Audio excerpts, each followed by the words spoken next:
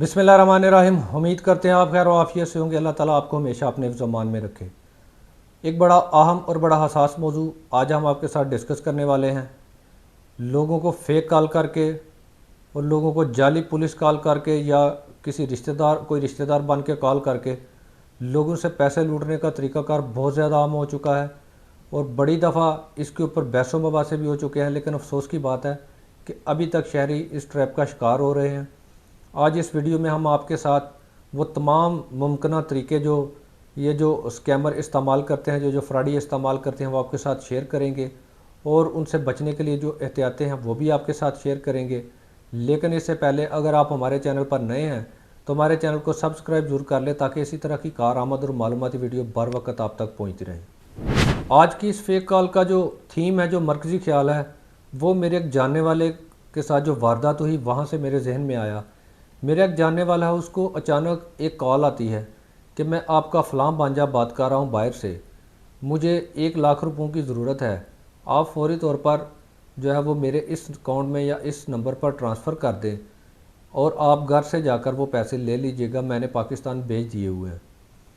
उस आदमी ने फौरी तौर पर, चूँकि उसका भांजा बाहर काफ़ी वेल सेटल था, उसने इसको क्रॉस चेक करने की ज़रूरत महसूस नहीं की और फौरी तौर पर एक जैज़ कैश का उसको नंबर दिया गया और वहाँ पर उसने वो पैसे ट्रांसफ़र कर दिए। जब वो कामयाबी से पैसे ट्रांसफ़र हो गए तो 2 दिन बाद उस भांजे ने दोबारा कॉल की कि आप 1 लाख और कर दीजिए ताकि मैं अपनी ज़रूरत पूरी कर सकूं और आप तमाम रकम जब गांव जाएंगे तो मेरे गांव जाकर मेरे घर वालों से ले लेना। जब वो बंदा दूसरी दफ़ा वो पैसे ट्रांसफ़र करने गया तो दुकानदार को शक गुजरा। दुकानदार ने उससे पूछा कि आप पैसे किसको ट्रांसफ़र कर रहे हैं, कहीं आपके साथ कोई फ्रॉड वगैरह तो नहीं हो रहा, आप ज़रा चेक कर ले पहले कि वो जो आपका भांजा आपको कह रहा है उसके घर वालों से क्रॉस चेक कर लें कि वाकई कोई ऐसा मामला है। जब उस आदमी ने उसको चेक किया, क्रॉस चेक किया, अपने रिश्तेदारों से बात की तो उन्होंने कहा ऐसी तो कोई बात नहीं। फिर असल भांजे से भी बात हुई, उसने भी कहा ऐसी कोई बात नहीं। बहरहाल इतनी देर में वो अपना 1 लाख रुपये का नुकसान कर चुका था। हमारे जैसे ममालिक में ये चीज़ें बहुत आम हैं, बहुत ज़्यादा लोग इस फ्रॉड का शिकार हो रहे हैं। याद रखें, इनके जो तरीक़ाकार अभी तक मंजर आम पर आए हैं, जो मुमकिन तरीक़ाकार हैं, आपको कॉल आती है कि मैं आपका फ़लाँ रिश्तेदार बात कर रहा हूँ, मुझे इतने पैसे भेज दें, घर से ले लें या मैं आपको बाद में ट्रांसफ़र कर दूँगा। या कॉल आती है कि हम पुलिस से बात कर रहे हैं और आपके बेटे ने ये जुर्म किया, हमने इसको पकड़ लिया, अगर बचाना है FIR से तो इतने पैसे भेजें।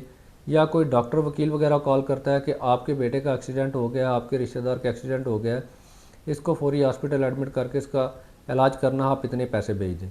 ये मुमकिन तौर पर चंद मुमकिन जो उनके तरीक़ाकार हैं वो सामने आ रहे हैं और बहुत ज़्यादा लोग अक्सर औक़ात बग़ैर सोचे समझे पैसे ट्रांसफ़र कर देते हैं। याद रखें, इस तरह की फ़ेक कॉल्स फौरी तौर पर रिस्पॉन्ड ना करें, हमेशा एहतियात करें। ज़िंदगी में कभी भी इस तरह की कॉल आए फौरी तौर पर उसको क्रॉस चेक करें। जो भी आपका रिश्तेदार बन के बात कर रहा है या पुलिस वाला बन के बात कर रहा है कि आपके फ़लाँ रिश्तेदार हमने पकड़ लिया है, या कोई डॉक्टर वकील कह रहा है कि आपका फ़लाँ रिश्तेदार है, आप फ़ौरन उस रिश्तेदार को कॉल करें और पहले क्रॉस चेक ज़रूर कर ले। खुदारा अपनी मेहनत की रकम इस तरह फजूल ज़ाया ना करें, फौरी तौर पर उसको क्रॉस चेक करें, हर सूरत में करें और अगर आपकी तसल्ली हो तो फिर ही पैसे भेजें, बसूरत दीगर पैसे भेजने की कोई ज़रूरत नहीं है। ऐसे कॉलर को फौरी तौर पर आप कहें कि आप मेरे साथ वीडियो कॉल पर आएँ।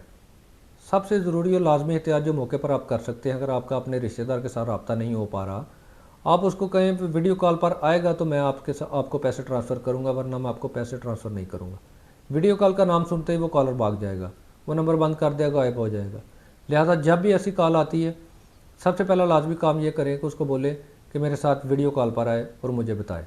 अगर आपके पास वीडियो कॉल जैसा काम नहीं है, जैसा कि हमारे पुराने जो सादे लोग हैं वो पुराना मोबाइल इस्तेमाल करते हैं, तो फिर कम अज़ कम आप अपने उस रिश्तेदार को जिसका वो नाम ले रहे हैं उसको कॉल करके ज़रूर चेक कर लें एक दफ़ा। अगर आप किसी ऐसे फ्रॉड का शिकार हो चुके हैं, आप उस नंबर के ख़िलाफ़ पुलिस स्टेशन में 420 की FIR करवा सकते हैं।